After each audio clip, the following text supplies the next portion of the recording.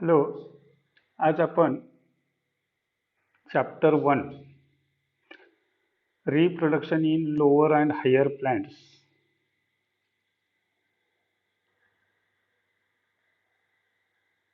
This chapter has 5 to 7 marks. So, reproduction in lower and higher plants. Then what is reproduction? Reproduction, define reproduction. Reproduction is production of young ones like parents is called reproduction. This reproduction is essential process. Why it is essential? Because it leads to continuation of species, and second one is this reproduction maintains continuity of life. The next point is types of reproduction. There are large diversity in biological worlds. Therefore, each organism has its own method of reproduction. Own method of reproduction. So, all these methods are grouped into two main types. There are two main types, all these methods. These two methods are, one is asexual reproduction and second one is sexual reproduction. Now we will first see sexual reproduction. We will see sexual reproduction. Asexual reproduction.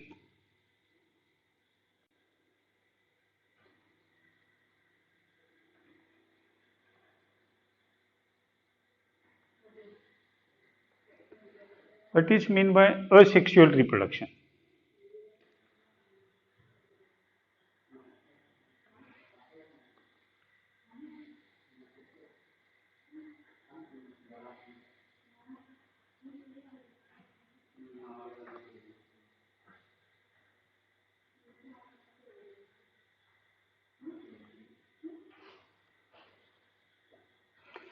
Asexual reproduction involves fusion of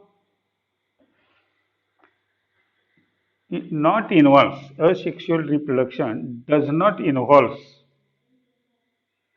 asexual reproduction does not involves does not involve fusion of two compatible gametes or sex cells. Compatible gametes not involve does not involve. This is important. Asexual reproduction. Asexual reproduction produce genetically identical progeny from single parents. It means that for asexual reproduction, single parents or only one parent is involved. Single parent inherits genes in offspring. Next generation मध्ये एकच parent jeans transfer करतो. Inherits means transfer. So asexual reproduction genetically identical किंवा मॉर्फॉलॉजिकली identical असं सुद्धा असतात त्या offsprings. Therefore, the term clone is used. What are clones? Sometimes it is asked, define clones. Definition लिहायची सांगा, एक मार्काला प्रश्न विचारला जातो. तर morphologically and genetically identical individuals are called clones. Morphologically and genetically identical individuals are called clones. So, this is about the asexual reproduction.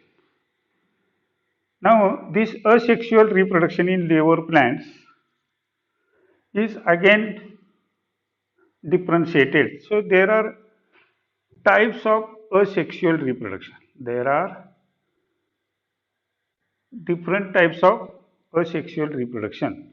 So asexual reproduction takes place by following different types, ways. So what are these ways? The one is fragmentation, budding, and spore formation. Fragmentation, budding, and spore formation. Now, first method is fragmentation. What is meant by fragmentation? So,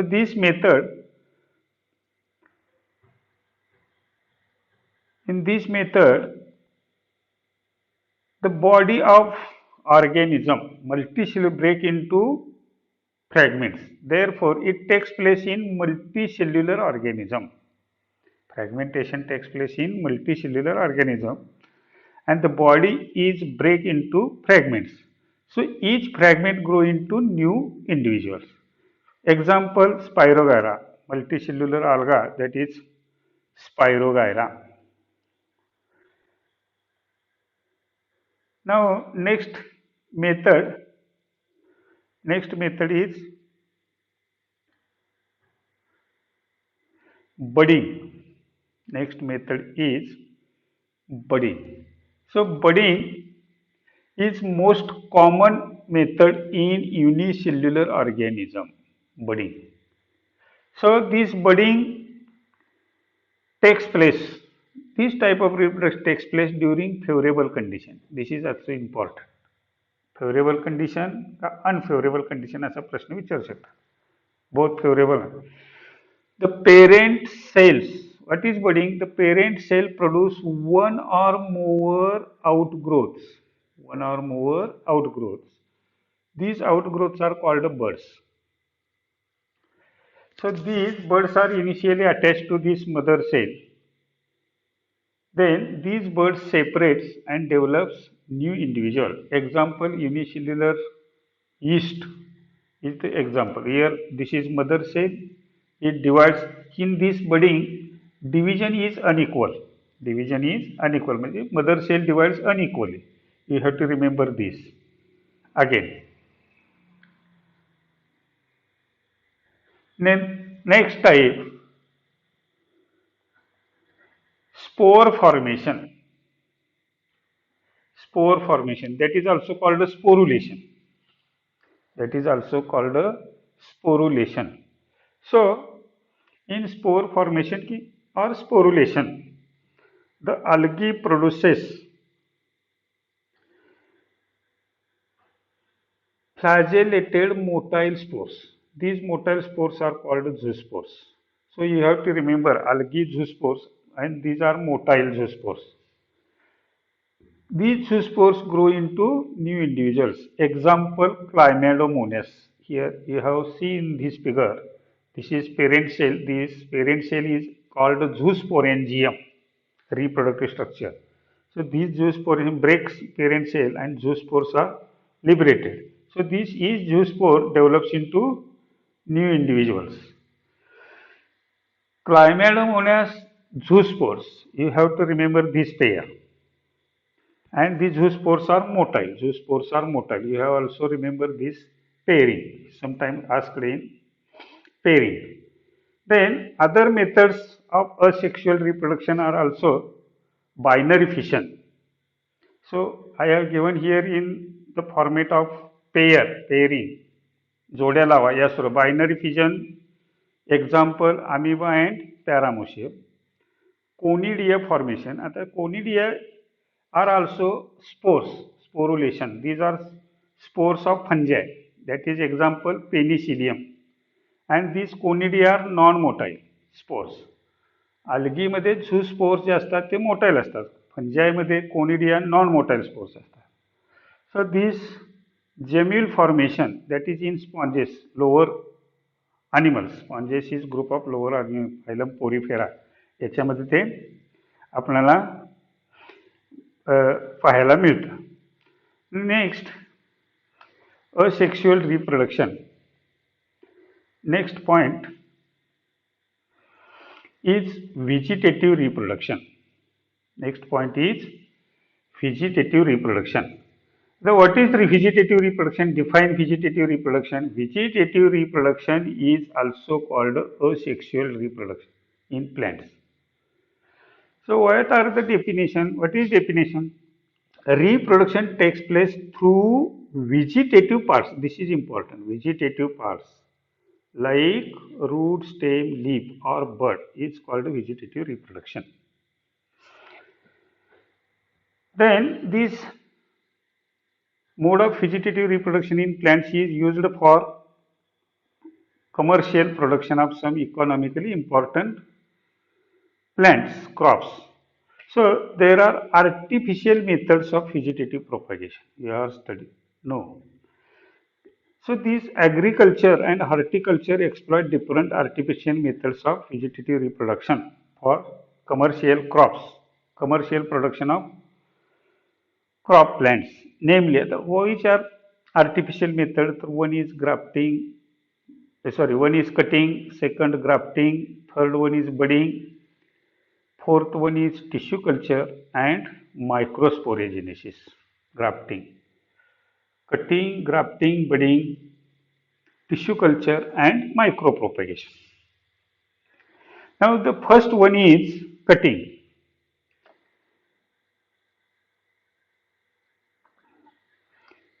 Cutting is a small piece of any vegetative part of plants. Small piece of any vegetative parts like leaf, stem, root or bud is used as a cutting. So these cuttings have one or more buds.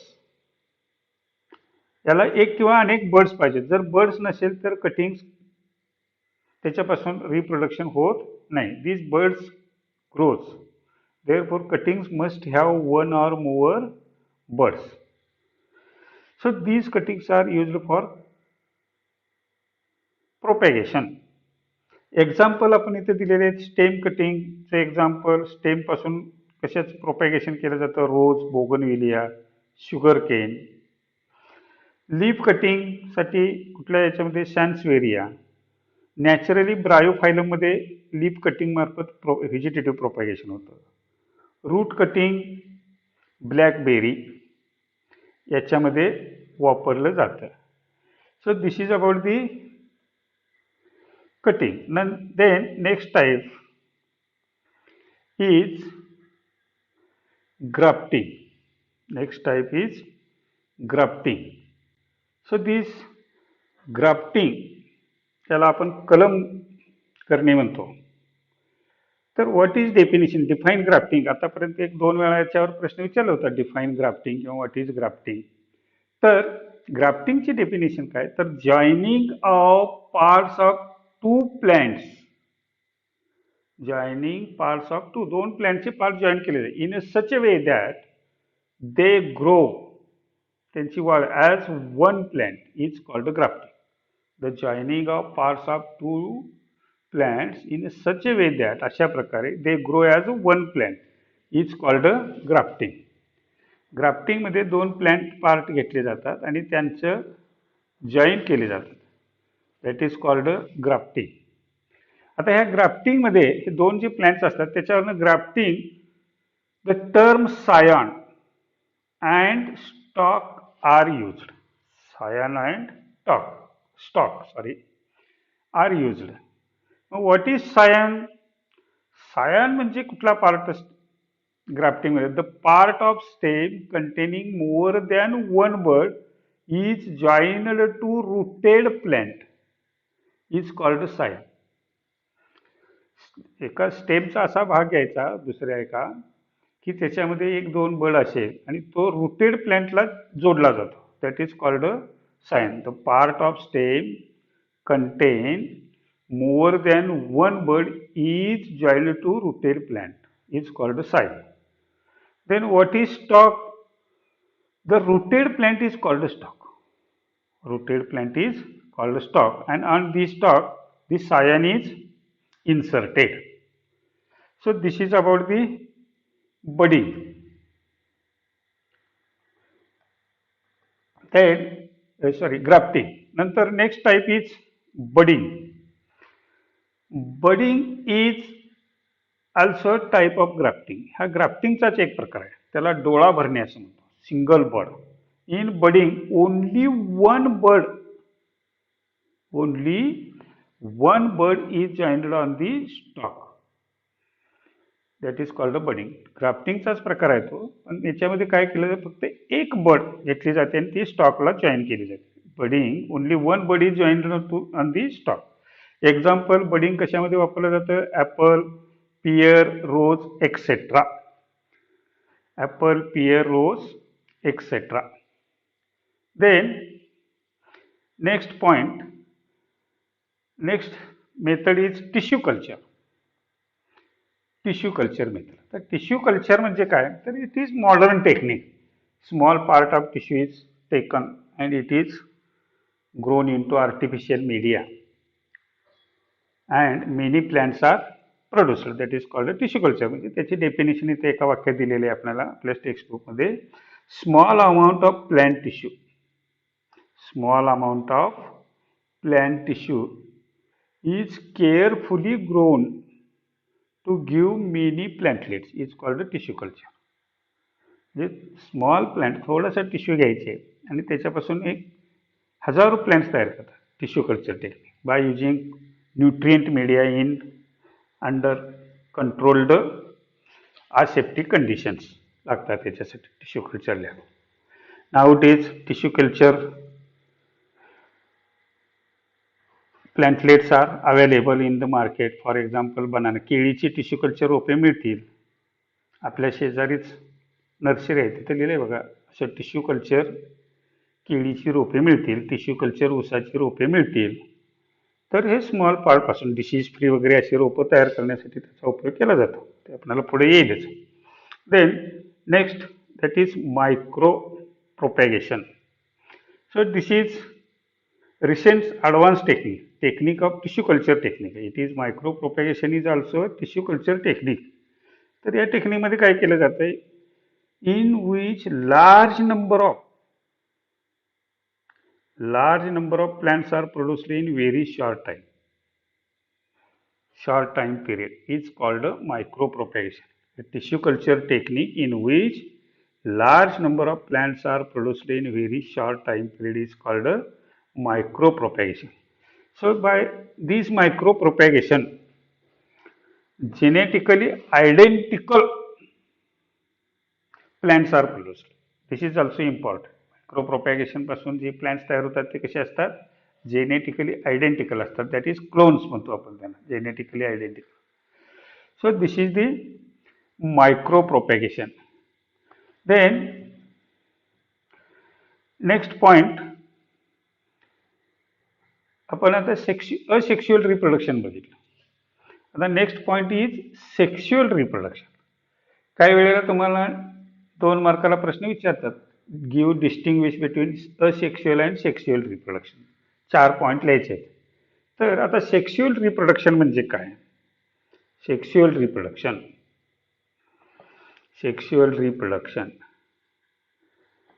त्याची definition काय? असेक्शुअलचे आपण काय केलं? The reproduction which does not involve fusion of two compatible gametes or sex cells. आता हे sexual reproduction मध्ये काय होतं? which involves fusion of two compatible gametes or sex cells is called sexual reproduction. आता दोन्हीच्या डेफिनेशन मध्ये काय शब्द? सगळे शब्द सारखेच आहेत. तिथं फक्त डज नॉट हे 2 शब्द आहेत आणि इथं फक्त डज नॉट हे शब्द नाहीत. इन्व्हॉल्व्स फ्युजन ऑफ टू, हे एवढं लक्षात ठेवायला सोपं आहे या पद्धतीने डेफिनेशन. दुसरा पॉईंट काय? Sexual reproduction produce genetically dissimilar offspring. Asexual reproduction produce genetically similar किंवा आयडेंटिकल ऑफस्प्रिंग्स किंवा प्रोजेनी, आपण तिथे शब्द वापरलेले आहे. In asexual reproduction only 1 parents are involved. Here 2 parents are involved. So these 2 parents inherits genes in offspring. 2 पेरेंट्सचे मिळून genes इथं ऑफस्प्रिंग मध्ये असतात. So this sexual reproduction involves 2 major events. काही वेळेला एका वाक्यात प्रश्न विचारला जातो, give the major events involved in sexual reproduction. तर दिस 2 मेजर इव्हेंट्स आर, एक मेओसिस, म्हणजे सेक्शुअल रिप्रोडक्शन मध्ये मेओसिस मस्ट आहे. आणि मेयोसिस मुळे काय तयार होतं तर गॅमेट्स तयार होतात, मेल अँड फिमेल गॅमेट्स, त्याच्यासाठी मेयोसिस होतं. अँड हे तयार झालेले गॅमेट आहेत त्याचं fusion of gametes, that is fertilization म्हणतो. Fertilization takes place, syngenesis, syngeny. तर हे दोन इव्हेंट्स महत्त्वाचे आहेत सेक्शुअल रिप्रोडक्शन. आता पुढं आपण लिहिलेलंच आहे त्याचा पॉईंट असा की events in sexual reproduction.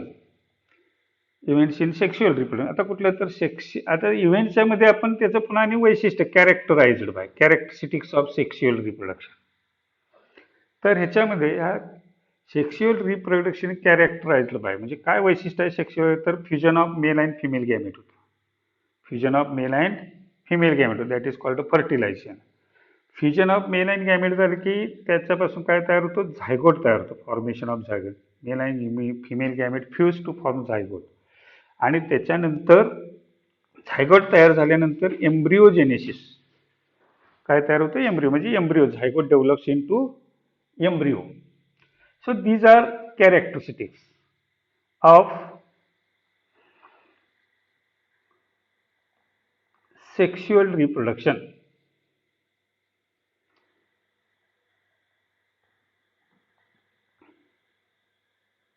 Then next point,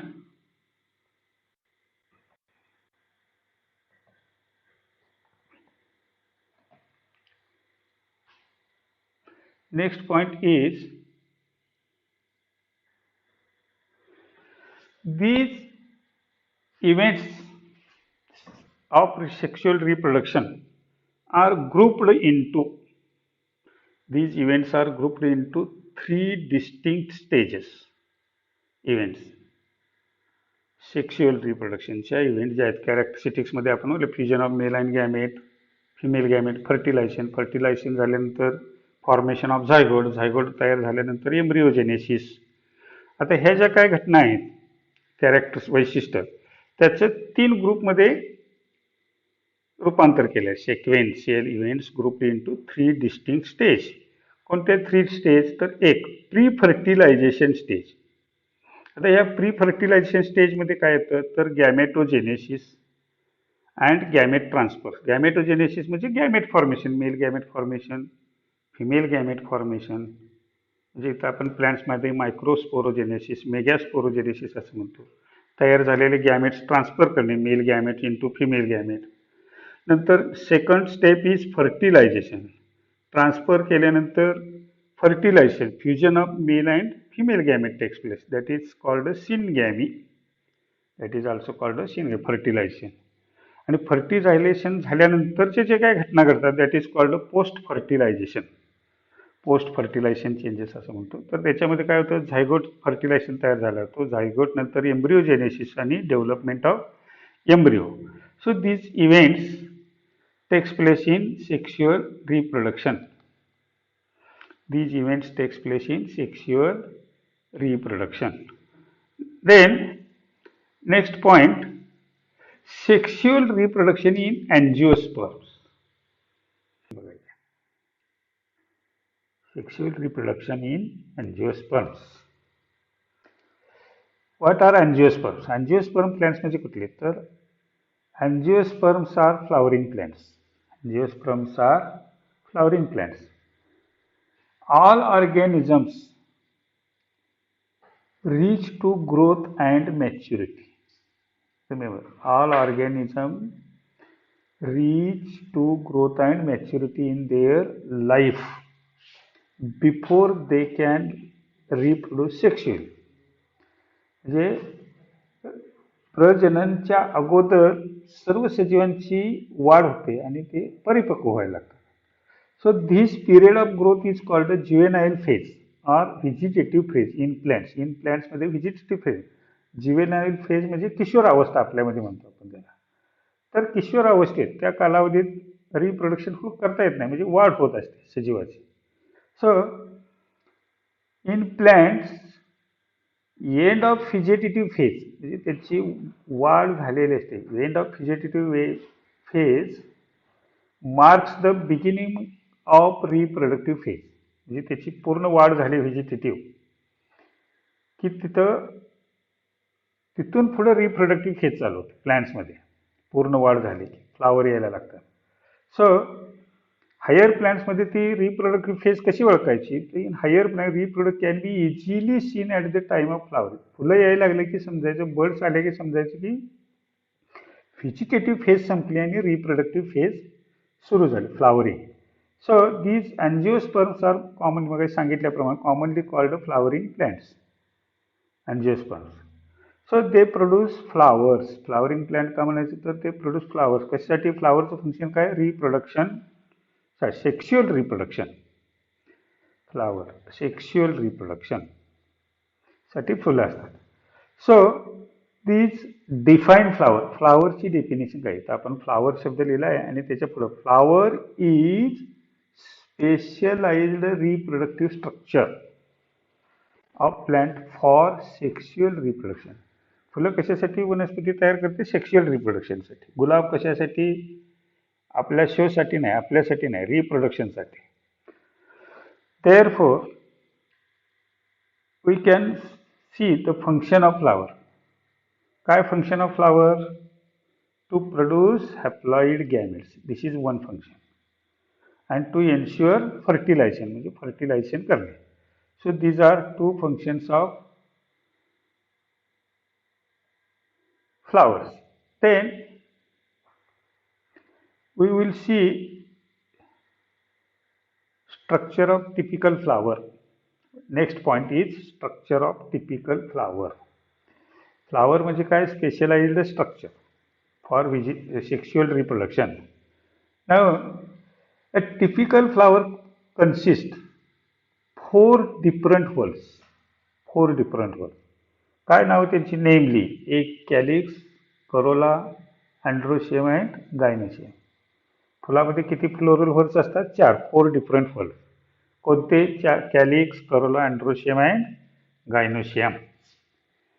या 4 पैकी calyx and corolla are called accessory whorls, म्हणजे they do not directly help in reproduction. मग Androecium and Gynoecium are essential whorls. They direct involved in sexual reproduction. Now we will see about the Androecium. Androecium म्हणजे काय? तर Androecium is male reproductive whorl of flower. Androecium is made up of stamens. Androecium हा कशाचा बनलेला असतो? स्टॅमेन्स. म्हणजे individual member of the androecium is called a stamen. Stamen म्हणतो त्याला. आता हे जे स्टॅमेन असतो, स्टॅमेन consist 3 parts: filament, connective and anther. So this is stamen, this is filament and this is anther. And filament and anthers are joined by this connective. So this anther is fertile part of stamens. Anther is fertile part of stamens. So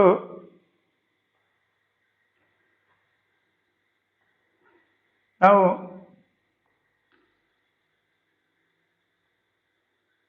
structure of anther. We will see structure of anther. Anthers 2 parts. So this anther जो असतो, filament, this anther consists 2 lobes. Anther consists 2 lobes. Anther consists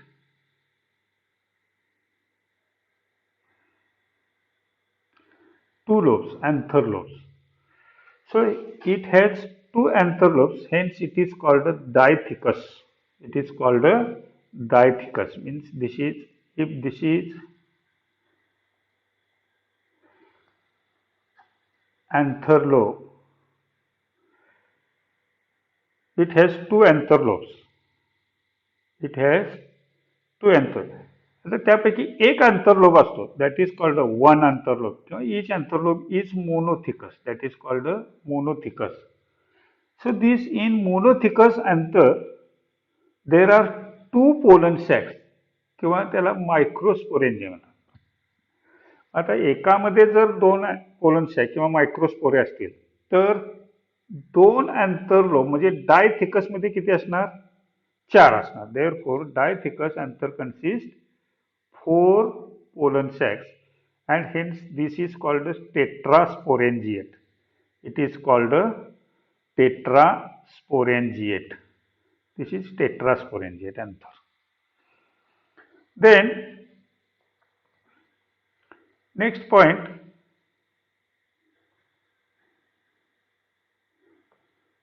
this anther ज्या वेळेला immature असतो, young असतो, anther ज्या वेळेला immature असतो,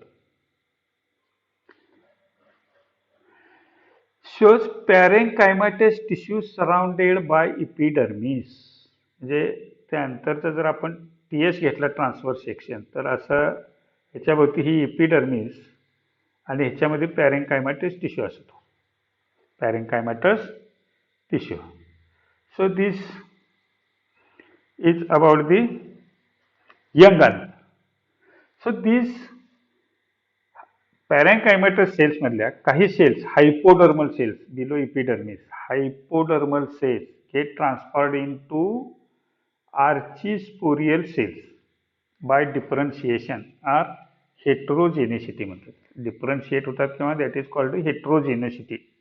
differentiate होतात सम हायपोडर्मल सेल्स. डर्मीच्या खाली म्हणजे इपिडर्मीच्या खालच्या काही cells transferred into archesporial cells. आता ह्या आर्चिस्पोरियल सेल्सचं काय होतं तर आपण ते टीएस ऑफ अँथर मध्ये आपल्याला कळणार. म्हणून नेक्स्ट पॉइंट आहे TS of anther. So TS of अँथरची फिगर तुम्हाला पुस्तकात तिथे साईडला दिसते, त्याच्यामध्ये दिसतं. आता तर आता हे जे यंग अंतर असतो त्याच्यामध्ये आपण बघितलं की there are hypodermal cell transferred into archesporial cells. So this archesporial cells जे असतात, this archesporial cell divides by mitosis into two parts, inner sporogenous cells and outer primary parietal cells. Primary parietal cells. So these sporogenous cells असतात, त्याच्यापासून काय sporogenous cells form sporogenous tissue. Sporogenous cells forms sporogenous tissue. Each sporogenous cell, या sporogenous tissue मधली प्रत्येक sale give rise to microspore tetrad. Tetrad म्हणजे 4. Tetrad means 4. एका sporogenous cells पासून sporogenous cells पासून 4 मायक्रोस्पोर्स तयार होतात. ते सुरुवातीला एकत्र असतात म्हणून त्याला टेट्राड म्हणतात. त्याला काय म्हणतात? Tetrad. Spore give rise to 4 tetrads, microspore tetrad. So मग ह्या परायटल सेल जे असतात, these parietal cell divides to form anther wall layers. Archesporocell divides झाल्यानंतर काय बघा, स्पोरोजिनस सेल आणि primary parietal cell. Sporogenous cells पासून स्पोरोजिनस टिश्यू तयार होतो. स्पोरोजिनस टिश्यू तयार झाले प्रत्येक ई स्पोरोजिनस सेल प्रोड्यूस किंवा गिव्ह राईज मायक्रोस्पोर टेट्राड किंवा pollen grains. Parietal cell divides to form anther wall layers. आणि आता हे ज्या यंग वन्स मध्ये झालं, मग आता हे जे अँथर वॉल लेयर आहे, mature anther consist 4 wall layers. Mature anther मध्ये 4 वॉल लेयर्स असतात. 4 वॉल लेयर्स. कोणते 4 वॉल लेयर्स? तर outer epidermis, endothecium, middle layer and tapetum.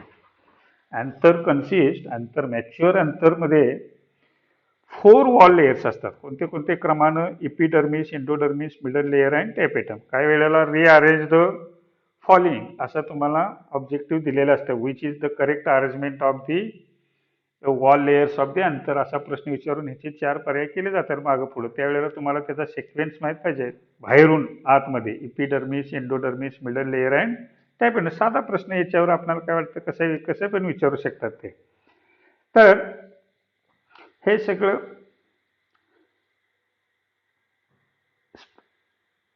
Mature wall layers बद्दल झालं. नंतर आता या प्रत्येक लेयर बद्दल आपल्याला जर असं बघायचं आहे आपल्याला. पहिला लेयर इपिडर्मिस. इपिडर्मिस म्हटलं की it is outer most wall layer, made up of flattened cell, flat सेलच्या बनलेले असतात. आउटर मोस्ट असल्यामुळे त्याचं मुख्य फंक्शन काय, it is protective in function. Epidermis बद्दल काय लिहायचं, it is outer most wall layer made up of flattened cells, it is protective in function. नंतर next layer endothecial. It is present inside the epidermis किंवा that is called sub epidermal म्हणतात. Inside इपिडर्मिसच्या आत असतो एंडोथिसिल. Endo म्हणजे आत. तर ह्या टिश्यू बद्दलचं लक्षात ठेवायचं, हे tissue this is important tissue. It is का, तर it is made up of radially elongated cells. Cells त्याच्या रेडियली अशा इलॉंगेटेड असतात आणि त्याचे जे हे रेडियल वॉल्स असतात, cells shows fibrous thickening of callose. Callose नावाचा सबस्टन्स असतो, त्याचं थिकनिंग झालेलं असतं फायबर सारखं ह्याच्या वॉलवर. त्यामुळे ह्या एंडोथिसियमचं फंक्शन काय, तर डेहिसन्स ऑफ अँथर, अँथर ब्रेकच्या वेळेला असतं त्याच्यात. थोडक्यात आता या वेळेला आपल्याला हे थोडक्यात दिलं, एक दोन ओळीत, डिटेल्स काही दिलेले नाही, तेवढंच आपण लक्षात ठेवायचं. Made up of present endothecium present inside epidermis किंवा इट इज सब इपिडर्मल, एवढा जरी शब्द तुम्ही लिहिला एंडोथिसियम इट इज सब इपिडर्मिल, तर तुम्हाला अर्धा मार्क देणार. Radially elongated cells, the cells shows fibrous thickening of callose. Callose नाही शब्द आठवला तरी फायब्रस थिकनिंग फायबरचं असतं. नंतर third one is middle layer. So it is present inside the endothecium. It is made up of thin walled parenchyma cells. It is made up of thin walled parenchyma cells. So ह्या middle लेयरचे किती layers असतात, तर there are 1 to 2 layers. There are 1 to 2 layers, एक किंवा दोन layers असतात. काही वेळेला काहींच्यामध्ये 3 लेयर्स असतात. तर हे मिडल, आणि ते middle layer disintegrate in mature anther, त्याचं काही फंक्शन असं नाही. So this middle layer surrounds only the pollen sac किंवा मायक्रोस्पोर. पोलन सॅकला सराउंड करतात. बाकीचे 2 लेयर असतात इपिडर्मिस, ते पूर्ण अँथरला सराउंड करतात endothecium. Then last one is fourth wall layer is called tapetum.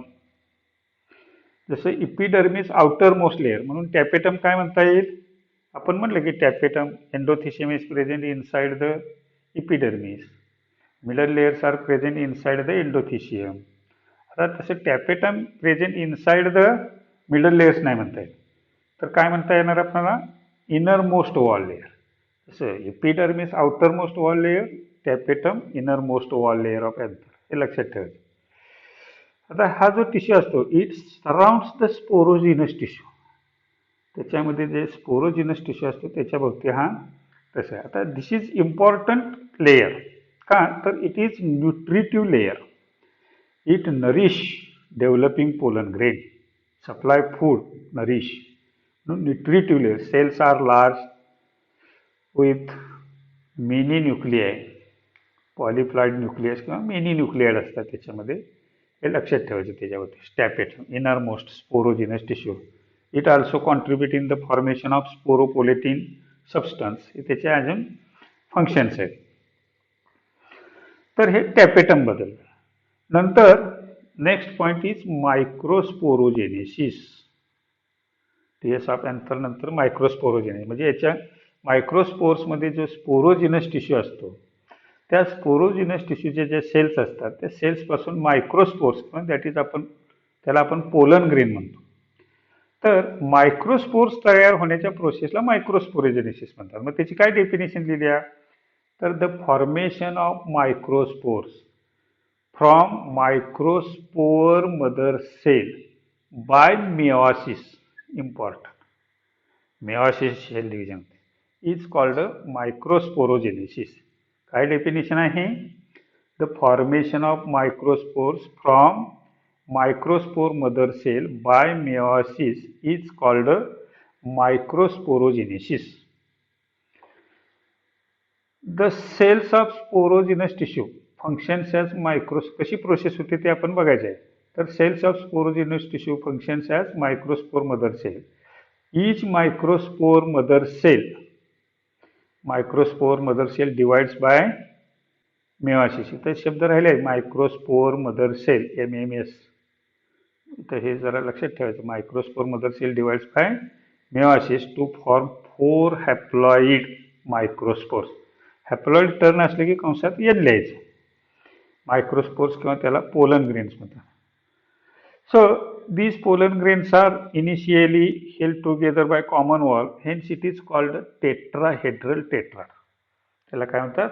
Tetrahedral tetrad. तर हे TS ऑफ अँथर जो आहे ते तुम्हाला असा इथं त्याच्याबद्दलचं आपल्याला हे वर्णन दिसतं. आता हे जे फिगर्स आहेत ह्याच्या फिगर्स इथं मी खाली दिलेले आहेत. त्याच्यामध्ये ह्या 4 स्पोरेंजी आहेत म्हणून त्याला टेट्रास्पोरेंजिएट म्हणतो. त्याच्यामध्ये हा स्पोरोजिनस टिश्यू असतो, त्याच्यापासून स्पोर. हा एक एंडोथिशियम दिसतो. आउटर मोस्ट इपिडर्मस आहे, ही इपिडर्मिस.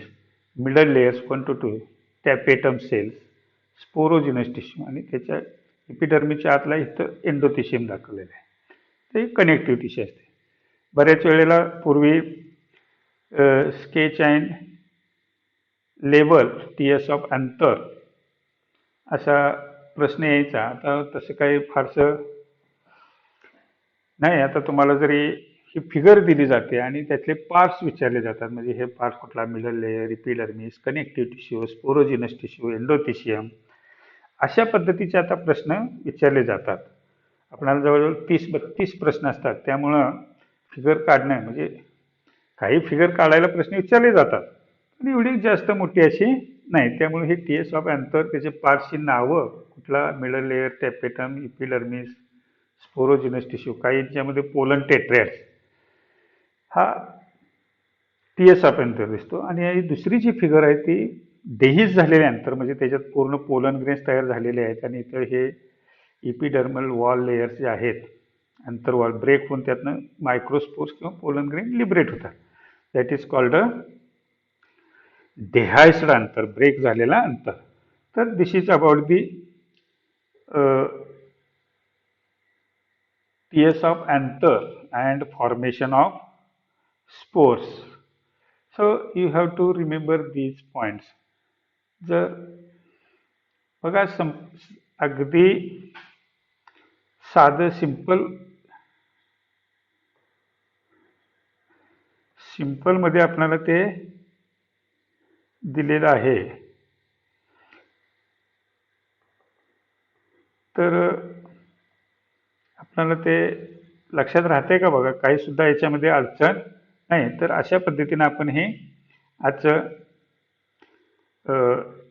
लेक्चर कमी कालावधीत हे पूर्ण केलेलं आहे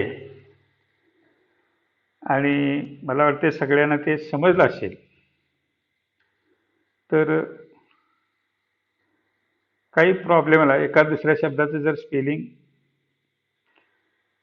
झालं असेल तर ते तुम्ही करेक्ट करायचं. एवढंच. Thank you very much.